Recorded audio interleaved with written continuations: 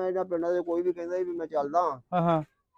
ਤੇ ਸਵਾਰੀ ਕੋਈ ਨਹੀਂ ਹੈਗੀ ਤਾਂ ਆਉਂਦੇ ਜਾਂਦੇ ਉਹਨੂੰ 5-7 ਮਿਲਦੇ ਹੀ ਸੀਗੇ ਅੱਛਾ ਜਾਣ ਵਾਲੇ ਆਉਣ ਵਾਲੇ ਠੀਕ ਆ 15-20 ਪਿੰਡਾਂ ਦੇ ਲੋਕ ਇੱਥੇ ਆਉਂਦੇ ਸੀ 15-20 ਕਿਹੜੇ ਪਿੰਡ ਸੀ ਜਿਹੜੇ ਇੱਥੇ ਲੱਗਦੇ ਸੀ ਨੇੜੇ ਇੱਥੇ ਜੀ ਤਕਰੀਬਨ ਉਹ ਗਿੱਲ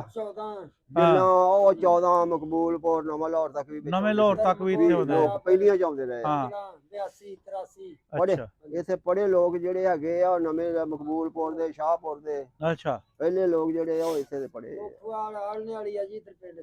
ਇੱਧਰ ਹੰਸਾਂ ਕਾਲਾ ਜਗਦੇ ਬਾਬਾ ਇੱਥੋਂ ਹਰ ਸ਼ੈ ਲੱਭ ਜਾਂਦੀ ਸੀ ਦੁਕਾਨਾਂ ਦੀ ਇੱਕ ਲੰਬੀ ਤਾਦਾਦ ਇੱਕ ਲੰਬੀ ਲਾਈਨ ਆ ਹਾਂਜੀ ਹਾਂਜੀ ਇੱਥੋਂ ਹਰ ਸ਼ੈ ਲੱਭਦੀ ਸੀਗੀ ਹਰ ਚੀਜ਼ ਲੱਭਦੀ ਤੇ ਹੁਣ ਦੁਕਾਨਾਂ ਕਿਹੜੀਆਂ ਰਹਿ ਗਈਆਂ ਹੁਣ ਆ 2-3 ਦੁਕਾਨਾਂ में ਟੀਚਰ ਵਾਲੇ ਦੋ ਕ ਹਾਂ ਡਾਕਟਰ ਦੋ ਕ ਅੱਛਾ ਦੋ ਦੁਕਾਨਾਂ ਕਰਿਆਨੇ ਦੀ ਠੀਕ ਆ